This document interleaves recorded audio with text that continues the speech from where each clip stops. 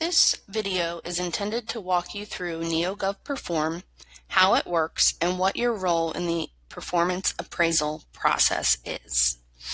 Before we begin, I want to walk you through what the process actually entails. The first step is the employee enters their goals from the current performance cycle. So that is the goals that you and your supervisor established last year for you to complete during fiscal year 20. The goals are hopefully all in there so that when the evaluations go live, the next step in the process is you will get an alert advising you to complete a self-rating. Once you complete that self-rating and submit that, it goes to your manager. They will then review your self-rating, complete their own rating of you, and enter your goals for the upcoming performance cycle. After they've completed their portion, they submit the evaluation to their manager or the second line leader for review and approval.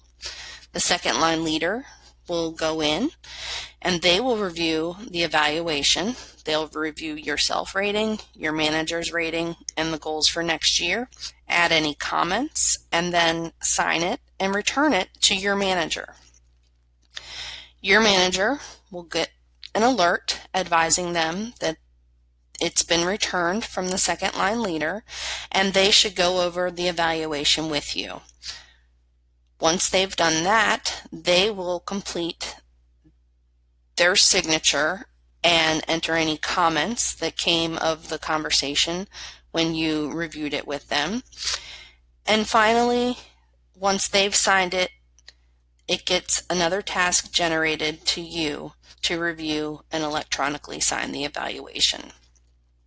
So it goes step by step from employee. You have the first two steps, then it goes to your manager, then it goes to your second line leader, back to your manager, and then finally it ends with you reviewing and signing the evaluation. So let's take a look at Perform. When you log into Perform, this is your dashboard.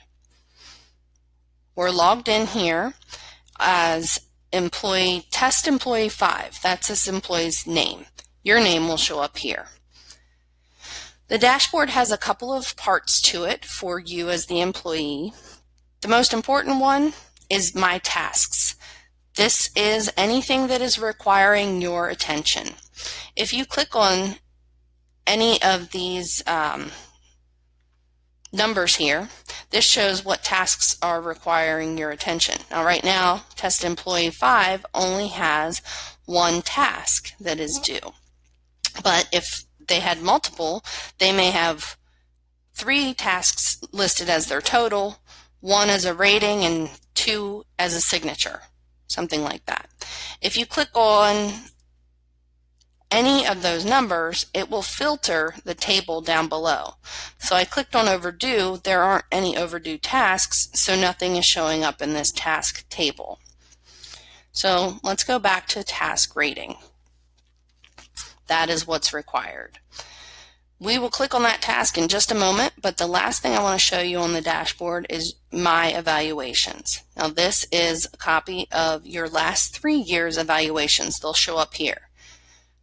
Now, this is our first year using NEOGOV Perform, so we don't have our past evaluations loaded in the system. We only have this one. But as time goes on, the last 3 most current years will show in this field here.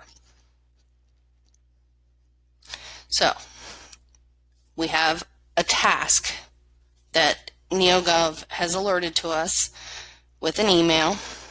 We log in, we're on our dashboard, you click on the task title. It will pull up your evaluation form. Couple of things to point out here. This alert icon, that obviously means something needs our attention. Up here, submit evaluation. Notice how it's grayed out. If you try clicking on it, it says please fill out before submitting current employee goals, and it tells us exactly what's required. but we can't submit it until we do that.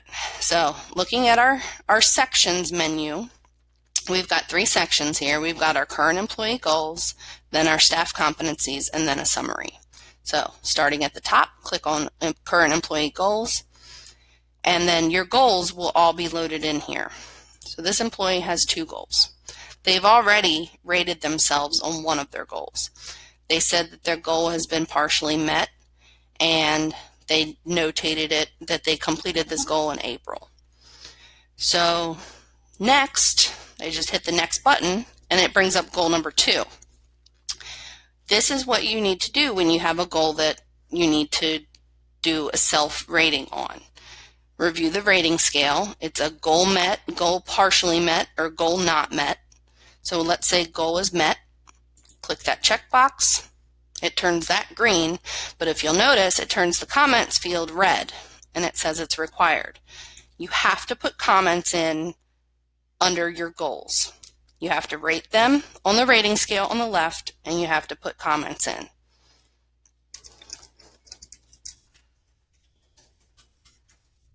So, enter your comments, then click Next. Now, if you want to, you can click Done at any time. It will save your work. And look, over here on the left, that alert is gone, and now we have a check mark. So we're good to go there. Now, you can click Done at any time. It'll bring you back to this evaluation page. And let's say you want to pick up where you left off, or, oh, you forgot to put notes in about this goal here. Go back in, put a note in, and then click Next or Done, whatever you need to do.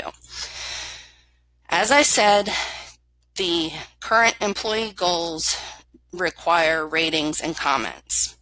The system does allow you to put notes in regarding your competencies. This gives you the opportunity to consider your performance and your contribution, and also gives you the opportunity to point out any special achievements or kudos that you've done in particular to these competencies over the performance period that your supervisor may not be aware of. So if you want to pat yourself on the back and say, I did such a good job with building relationships and I did such and such, type that into your comments here. However, it is not required. This field was already partially filled out, but I'll go to the next one and you'll see there's no red here. It's not required. You can do it, you can choose to do it, but you do not have to do it in order to submit your evaluation. So the part that is required is rating your goals and commenting on your goals, but commenting on your competencies is not required. When you're finished, you can go to your summary under the sections menu, and it summarizes what you've done on this page. It shows your current employee goals, and it shows a blurb, the beginning of what you typed in about your comments, and it shows whether or not you met the goals. Same with the competencies. So this one and this one, there are competency or there are notes entered. The others have no comment. And now that I've reviewed all this, I can choose to expand them all. I can click into them and see what I wrote, edit it again, whatever you want to do. But if you'll notice now, if I hit submit, it's green, it's no longer gray, and it is letting us do it. So you get this little pop-up, do you wish to continue? You hit continue, and that's it. You're done. Your self-evaluation or your self-rating has been submitted for your performance evaluation. Your manager now has a task that says Test Employee 5 has submitted their self-ratings and are ready for you to rate them. So going back to the process, we've done step 1, step 2. The employee has submitted the self-rating, and now it rests with the manager.